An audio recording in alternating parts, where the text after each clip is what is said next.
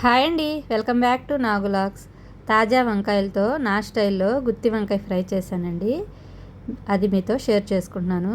వంకాయలను సాల్ట్ వాటర్లో కట్ చేసి వేసుకొని ఒక ప్యాన్ పెట్టుకొని 2 స్పూన్ల ధనియాలు, 1 స్పూన్ జీలకర్ర, 3 ఎండుమిర్చి, కొద్దిగా పల్లీలను వేసి దోరగా ఫ్రై చేయండి.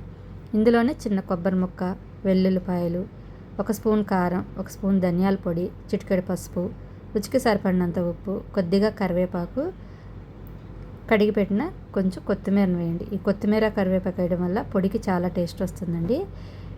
మిక్సీలో వేసుకొని పొడి చేసి పక్కన పెట్టుకొని ఇప్పుడు వంకాయలను అదే ప్యాన్లో అదే ఆయిల్లో డీప్ ఫ్రై చేసుకుందాం. ఇట్లా డీప్ ఫ్రై చేయడం వల్ల కర్రీ చాలా ఫాస్ట్గా అవుతుందండి.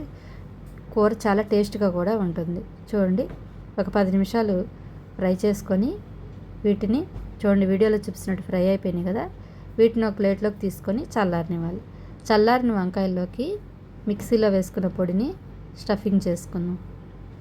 చూడండి, ఈ వంకాయల్లోకి ఈ పొడిని చక్కగా పెట్టేసుకుందాం. అన్ని వంకాయలను ఒకసారి పెట్టుకొని కర్రీ కూడా చాలా ఫాస్ట్గా అయిపోతుందండి. కలుపుకోటకి కూడా రైస్లోకి చాలా టేస్టీగా ఉంటుంది. వంకాయలన్నిటిలోకి పెట్టుకొని అదే ప్యాన్లో కొద్దిగా ఆయిల్ వేసుకొని తాలింపులను వేసి ఉల్లిపాయ, పచ్చిమిర్చి, కొద్దిగా కరివేపాకు వేసి దోరగా ఫ్రై చేసుకోవాలి. ఉల్లిపాయ, పచ్చిమిరపకాయ ఫ్రై అయిపోయిన తర్వాత స్టఫింగ్ చేసిన వంకాయలను కూడా వేసుకొని మిగిలిన పొడిని కూడా వేసుకొని ఫ్లేమ్ని మీడియం టు లోలో ఉంచుకొని ఫ్రై చేసుకోవాలి.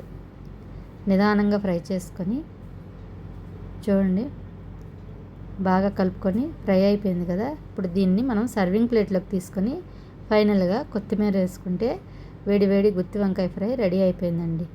మీరు కూడా ఒకసారి ట్రై చేయండి. మా వీడియో నచ్చినట్టయితే లైక్ చేయండి, షేర్ చేయండి, కామెంట్ చేయండి, సబ్స్క్రైబ్ చేసుకోండి. బాయ్.